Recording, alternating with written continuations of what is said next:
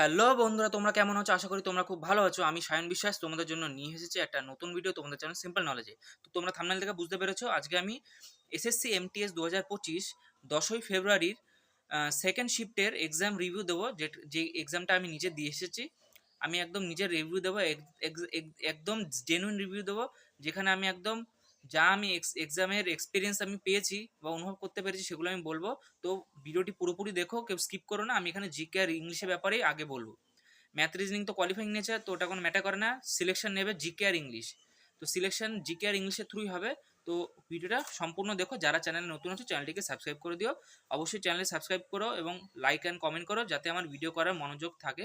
তোমরাই like comment করলেই তবে আমার ভিডিও করার এটা মনে জোর পাই আমি। তো চলো বেশি কথা না বাড়ি শুরু করা যাক। তো সবার প্রথম কথা, আমি এসএসসি এমটিএস 10ই ফেব্রুয়ারি সেকেন্ড শিফটে এক্সাম আমি দিয়ে এসেছি 2026-এ। তো সেই এক্সামের ইংলিশ আমি আগে ম্যাথ রিজনিংটা ছোটো করে বলে দিই, তারপর আমি জিকে আর ইংলিশে আসছি। তো ম্যাথ রিজনিংয়ের ব্যাপারটা বললি, ম্যাথ রিজনিং একদম ইজি কোশ্চেন এসছে। এই রিজনিংয়ের মধ্যে সিটিং অ্যারেঞ্জমেন্ট আর বেসিক সিরিজের কোশ্চেন আর নিউমেরিক্যাল ক্যালকুলেশনের যে অঙ্ক অ্যাপটিটিউড, মানে ম্যাথে মানে যেটাকে বলে সিম্পলিফাই করো, যেগুলো প্লাস মাইনাস গুণ ভাগ এগুলো। আর ইয়ের মধ্যে ম্যাথসের মধ্যে এসে পুরো পিওর অ্যারিথমেটিক, একদম ইজি, কোনো চাপ নেই। একটা শুধু আমার জিওমেট্রি থেকে কোশ্চেন এসেছিল, অ্যাঙ্গেল রিলেটেড, বাকি সব অ্যারিথমেটিক। আর আর বার ওই বার গ্রাফ থেকে এসেছিল কোশ্চেন কিছু, এইগুলো পাইচার থেকে এসেছিল। তো ম্যাথ রিজনিং একদম ইজি, আরামসে করে দেবে, ওটা নিয়ে কোনো ইস্যু নয়। মেন ইস্যু হচ্ছে জিকে আর কারেন্ট অ্যাফেয়ার, এটা মানে জিকে আর হচ্ছে ইংলিশ। তো এই দুটো টপিক দিয়েই তোমার সিলেকশন হবে। তো এবার প্রথম কথা বলি যে ইংলিশে কী কী টাইপের কোশ্চেন আসছে।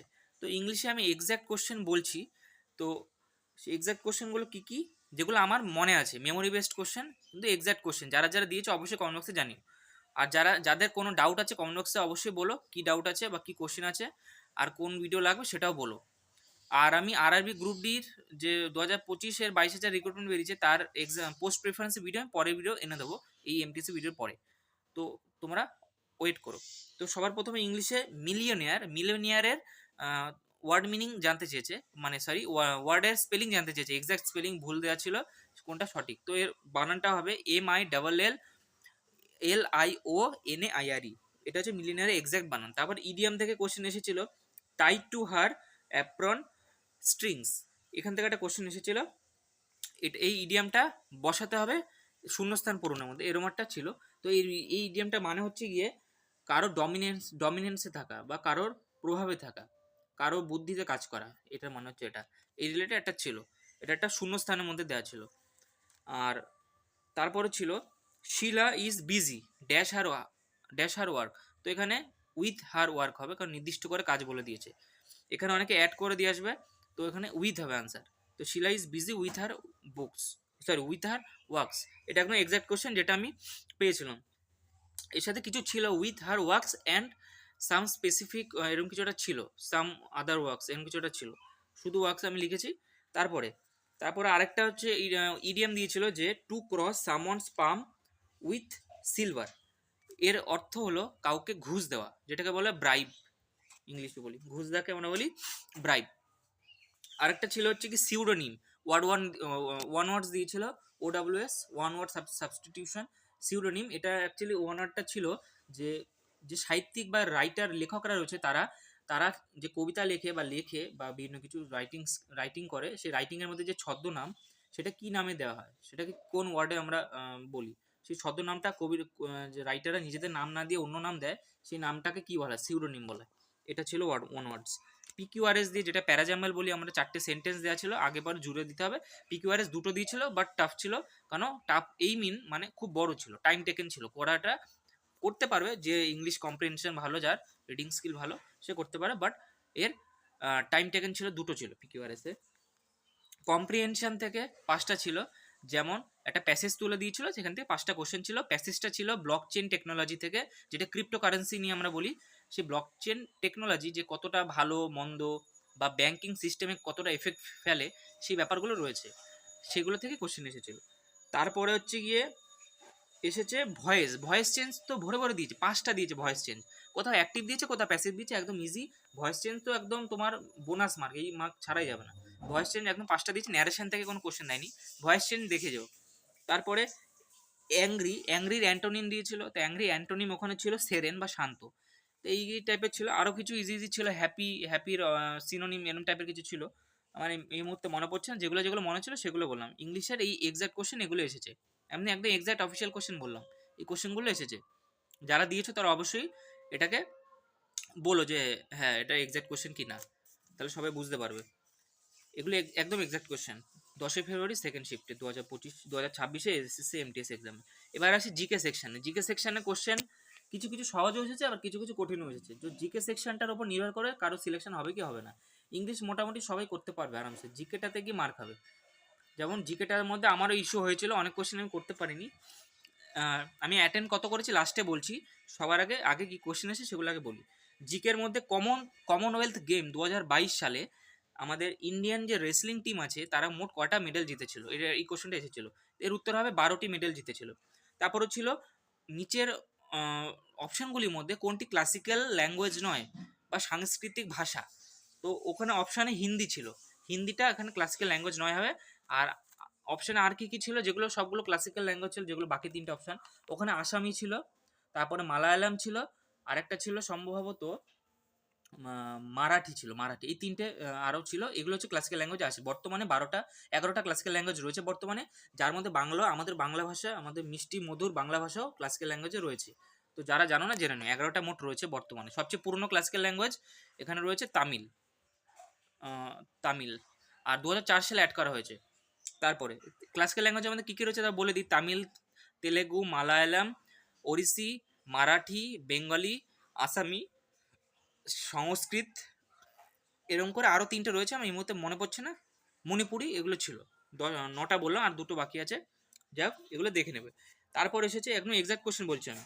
তারপর এসেছে আয়রন ওর, যেটাকে আমরা বাংলায় বলি আয়রনের আকরিক কোন দেশে সবচেয়ে বেশি উৎপাদিত হয়। উত্তর হবে চায়না। অপশানে ছিল চায়না, ইন্ডিয়া ছিল, আরও দুটো ছিল দেশ, এই মুহূর্তে মনে পড়ছে না। ওর মধ্যে ভেনেজুয়েলা একটা দেশ ছিল নাম, এরকম ছিল। তো এর উত্তর হবে ইন্ডিয়া, সরি এর উত্তর হবে চায়না, চীন উত্তর হবে। তো সবচেয়ে বেশি আয়রন ওর প্রোডাকশন চীন করে, প্রডিউসারকে চীন করে, ঠিক আছে। আর হচ্ছে কি শ্রীনিবাস, এই যে উনি ব্যক্তি একজন পার্সোনালিটি, তিনি কোন বাদ্যযন্ত্রের সাথে যুক্ত, এটা উত্তর হবে ম্যান্ডোলিন। ম্যান্ডোলিন বাদ্যযন্ত্রের সাথে যুক্ত। এই অপশনে ম্যান্ডোলিন ছিল, আরও ছিল বাঁশি ছিল, তারপরে সানাই ছিল, এরম টাইপের ছিল কিছু। তারপরে হচ্ছে কি মৃদঙ্গম এরম ছিল, যেটা ঢোল টাইপের হয়, সাউথ ইন্ডিয়া বাজানো হয় মৃদঙ্গম বলে। তো ম্যান্ডোলিন উত্তর হবে। আরেকটা ছিল এই পার্সোনালিটি থেকে বাদ্যযন্ত্র রিলেটেড, জাকির হুসেন কোন বাদ্যযন্ত্রের সাথে যুক্ত, এটা খুবই ফেমাস, খুবই বিখ্যাত লোক একজন, জাকির হুসেন তবলার সাথে যুক্ত, খুবই একজন ফেমাস ব্যক্তি আমাদের ভারতবর্ষে, উস্তাদ জাকির হোসেন বলি আমরা। আর তিনি পাঞ্জাব ঘরানার সাথে যুক্ত, এটা আমি এক্সট্রা বলে দিলাম, বাট কোশ্চেনটা ছিল কোন বাদ্যযন্ত্রের সাথে যুক্ত, তবলা হচ্ছে রাইট অ্যান্সার। তারপরে একটা বইয়ের থেকে কোশ্চেন দিচ্ছে, খুব বই, অ্যান ইকুয়াল মিউজিক বুক, এই বইটা কার লেখা, এই বইটা হচ্ছে বিক্রম শেঠের লেখা।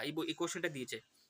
বৈশালী মহাযান পদ কোন বংশের দ্বারা শাসিত হতো, তো এর উত্তর হবে লিচ্ছবি বংশ দ্বারা, এর উত্তর।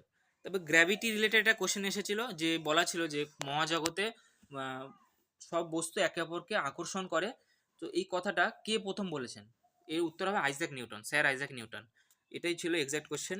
এলপিজি 1991 সালের যে question, LPG for liquefied petroleum gas নয়, লিবারাইজেশন, প্রাইভেটাইজেশন অ্যান্ড গ্লোবালাইজেশন, এটা থেকে কোশ্চেন ছিল, যেটা 1991 সালে আমাদের ইকোনমিক অ্যামেন্ডমেন্ট করা হয়েছিল বা সংশোধন করা হয়েছিল, আমাদের কি করে ইকোনমিকে ভারতে ঠিক করা যায়। ডক্টর মনমোহন সিং তখন ফাইন্যান্স মিনিস্টার ছিলেন, আর পিভি নরসিম্হা রাও প্রাইম মিনিস্টার ছিলেন সেই সময়ের ঘটনা। তো এটা রিলেটেড দুটো স্টেটমেন্ট দিয়েছিল, যে সত্য কিনা মিথ্যা, দুটোই সত্য ছিল। স্টেটমেন্টটা কী ছিল বলে দিচ্ছি, ছিল যে এই এলপিজি স্কিমে তখন কি করা হয়েছিল, বিদেশি বিনিয়োগকে বাড়ানো হয়েছিল, এটা একটা অপশানে ছিল, এটাও সত্য কথা। আরেকটা ছিল যে এলপিজি স্কিমে প্রাইভেট কোম্পানিদের লিবারেট বা স্বাধীনতা দেওয়া হয়েছিল কাজের জন্য, তো এটাও ঠিক ছিল। এই দুটো অপশানই সত্য হবে, এটাই রাইট অ্যান্সার। তো স্টেটমেন্ট বেসড কোশ্চেন ছিল। তারপরে ক্রিকেট থেকে একটা কোশ্চেন ছিল, যে একটা ছবি দিয়ে দিয়েছিল ক্রিকেটারে, ওখানে দেখাচ্ছিল বল উইকেটে লেগে উইকেটটা পড়ে যাচ্ছে, তো এটা কোন ধরনের কন্ডিশন আসবে। তো এখানে অপশান ছিল, আমি বলছি, এলবিডব্লিউ ছিল, বোল্ড ছিল, তারপরে স্টাম্পড ছিল, স্টাম্পড আউট, আর একটা হচ্ছে গিয়ে আরেকটা কি এটা ছিল, এগুলো ছিল। তো এর উত্তর হবে বোল্ড, ক্লিয়ার বোল্ড যেটাকে আমরা বলি, বল লেগে পড়ে গেছে, এইগুলো ছবি দেওয়া ছিল আর অপশন ছিল। তাহলে উত্তর হবে ক্রিকেটের ছবি দেওয়া ছিল, আউট হচ্ছে বল বল ক্রিকেটের উইকেটে লেগে আউট হচ্ছে দেখাচ্ছে ছবিটাতে, তো ওটার উত্তর হবে বোল্ড, এটা বোল্ড হয়েছে। তারপরে কোশ্চেন, রেডিও ব্রডকাস্ট বম্বে এটা কবে করে প্রথম? তো এটার উত্তর হবে 1923 সাল, 1923 সালে করেছিল রেডিও ব্রডকাস্ট, এর উত্তর হবে 1923 সাল। এই এক্সাক্ট কোশ্চেনই ছিল। তারপর 80 পিলার বা 80 পিলার, এই 80 পিলার দিয়ে যে একটা প্রাসাদ, এটা কে বানিয়েছিল বা কার সাথে যুক্ত? এটা প্রথম চন্দ্রগুপ্তের সাথে যুক্ত। অপশনে প্রথম চন্দ্রগুপ্ত ছিল, অশোক ছিল, সমুদ্রগুপ্ত ছিল আর হর্ষবর্ধন ছিল। তো এর উত্তর হবে, চারটে এক্সাক্ট অপশনই বললাম আমি, কিন্তু এর উত্তর হবে প্রথম চন্দ্রগুপ্ত। তারপরে উত্তর হবে হর্ষবর্ধন কত সালে মারা যায়, একদম এই কোশ্চেনে দিয়েছে 647 সালে মারা যায় হর্ষবর্ধন, 647 খ্রিস্টাব্দে। এডি ছিল আফটার ডিকোড না কি বলে ওটাকে, জানো এডি, এডি ওটাকে বলা হচ্ছে গিয়ে বাংলা বলি খ্রিস্টাব্দ বা সাল। আর মূত্র কোথায় সঞ্চয় করা হয় বা সঞ্চিত হয়? তো এর উত্তর হবে মূত্রাশয় বা ইউরিনারি ব্লাডার। একদম এক্সাক্ট সায়েন্সের কোশ্চেন ছিল, সায়েন্সের থেকে কিন্তু 5-6টা কোশ্চেন ছিল। হ্যাঁ, সায়েন্সের কোশ্চেন দেখেছো, যারা গ্রুপ ডির জন্য প্রিপারেশন করছে রেলওয়ের জন্য, তো তাদের জন্য সায়েন্স কিছুদিন আগে রিভিশন হয়ে গেছে, খুব একটা অসুবিধা হবে না। তারপরে লো পপুলেশন ডেন্সিটি 2011, মানে 2011 সালে কোন রাজ্যে সবচেয়ে কম জনঘনত্ব ছিল? তো এর উত্তর হবে, অপশানে ছিল অরুণাচল প্রদেশ, তো Arunachal Pradesh is the correct answer. তারপরে কোশ্চেন ছিল প্রার্থনা সমাজ কোথায় গঠন করা হয়েছিল আত্মরাম পাণ্ডুরঙ্গের দ্বারা? এর উত্তর হবে বম্বেতে, যেটাকে মুম্বাই বলি বর্তমানে আমরা। কাটমোশন কিসের সাথে যুক্ত? কাটমোশন এটা হবে বাজেট, বাজেট সংশোধনের জন্য, যেটাকে বলে বাজেট কাটা, যেটাকে বলে বাজেট চাহিদা কমানো, বাজেটের চাহিদা কমানোর সাথে যুক্ত, ঠিক আছে, কাটমোশন। আর হচ্ছে কি জয়গড় দুর্গ, জয়গড় দুর্গ কোন শহরে দেখা যায় রাজস্থানে? আজমের দেওয়া ছিল, জয়পুর দেওয়া ছিল, বিকেন দেওয়া ছিল, আরেকটা বেকেন না কি ছিল নামটা, আর আরেকটা দেওয়া ছিল উদয়পুর। তো এই চারটে এক্সাক্ট অপশন ছিল, এর উত্তর হবে জয়পুর, জয়পুরে জয়গড় দুর্গ অবস্থিত। তো এই হচ্ছে গিয়ে আমাদের জিকে কোশ্চেন, আমি সব এক্সাক্ট কোশ্চেন বলে দিচ্ছি, একটা কোশ্চেনও বাদ দিইনি যতটা আমার মনে পড়ছে। হ্যাঁ, আরেকটা কোশ্চেন ছিল, ওটা ছিল ডোপিং রিলেটেড, ডোপিং রিলেটেড দুটো স্টেটমেন্ট দিয়েছিল, যে ইপিও হরমোন কিডনি থেকে বেরোয়, আর আরেকটা ছিল যে আরেকটা কি স্টেটমেন্ট ছিল, ইপিও হরমোন দিয়েছিল, ডোপিং রিলেটেড একটা স্টেটমেন্ট দেওয়া ছিল, যেটা আমি পারিনি, আমার খেয়াল নেই, হালকা হালকা মনে আছে, বলে দিলাম। তাহলে ইংলিশের এক্সাক্ট কোশ্চেন বলে দিলাম, জিকের এক্সাক্ট কোশ্চেন বলে দিলাম। ইউটিউবে আশা করি এভাবে এক্সাক্ট কোশ্চেন কেউ বলবে না, তো অবশ্যই যারা পরে এক্সাম রয়েছে এগুলো রিভিশন করে যেতে পারো, এই প্যাটার্নে কোশ্চেন দেখতে পারো। কারেন্ট অ্যাফেয়ার কোনো গ্যারান্টি নেই যে 2025-26ই দেবে, 2300, 2200, 2000 সাল কবে দেবে তার কোনো ঠিক নেই, গ্যারান্টি নেই, দেখে যেতে পারো। তো ওভারঅল জিকে ইংলিশে এই ম্যাথ রিজনিং একদম পাতি কোশ্চেন, কিন্তু সিলেকশন জিকে আর ইংলিশেই হবে। এবার আমি বলে আমি কত অ্যাটেম্প করেছি, আমি কোনো মিথ্যা কথা বলবো না, আমি সত্যি কথা বলবো। আমি এমটিএসের জন্য আলাদা করে জিকে সেভাবে প্রিপারেশন করিনি, তো সময় পাইনি, ব্যস্ত ছিলাম, কারণ আমার পড়ানো থাকে। তো আমি ম্যাথ রিজনিং ফুলি করেছি, আর একদম সবই ঠিক আছে আমি জানি, কারণ করে আমি বসেছিলাম, 45 মিনিট টাইম ছিল, আমি প্রায় 20 মিনিট মতো বসেই ছিলাম, 25 মিনিট আমার হয়ে গেছিলো ম্যাথ রিজনিং 40টা কোশ্চেন। তারপরে হচ্ছে গিয়ে পরের সেকশন ইংলিশ আর জিকের মধ্যে বলি, ইংলিশে 25-25 করেছি, ইজি ছিল ইংলিশটা, সে একটা দুটো কোশ্চেন সমস্যা হতেই পারে, আলাদা বিষয়। ইংলিশটা আমি মডারেট বলবো না, ইজি বলবো, ইজি টু মডারেট বলবো, কিন্তু জিকে সেকশনটাকে আমি মডারেট বলবো, ডিফিকাল্টও বলা হবে না, ইজিও বলা যাবে, মডারেট বলবো। বাট জিকে সেকশানে নেগেটিভ বেশি খেও না।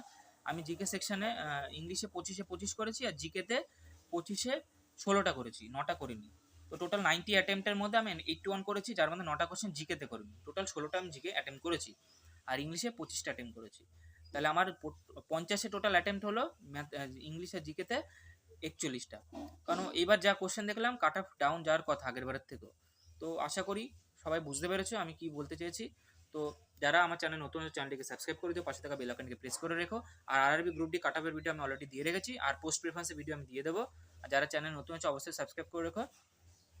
আর যদি কোনো ডাউট থাকে বা কোয়ারি থাকে কমেন্ট বক্সে এসে জানাও, আর টেলিগ্রাম চ্যানেল লিঙ্ক ডিসক্রিপশন বক্সে দেওয়া আছে, জয়েন্ট হয়ে যাও। আর আজকে আশা করি ভিডিওটি ভালো লেগে থাকলে বা উপকৃত হলে অবশ্যই লাইক করে দিও, অবশ্যই সাবস্ক্রাইব করে দিও, তোমরা সাবস্ক্রাইব করলে আমি ভিডিও করার জন্য অনুপ্রেরণা পাবো বা মনে জোর পাবো। তো অবশ্যই করো। এই হচ্ছে আমার মোটামুটি এক্সাম রিভিউ। তো আজকের জন্য এইটুখানি, দেখা হবে আবার পরের ভিডিওতে। জয় হিন্দ, বন্দে মাতরম।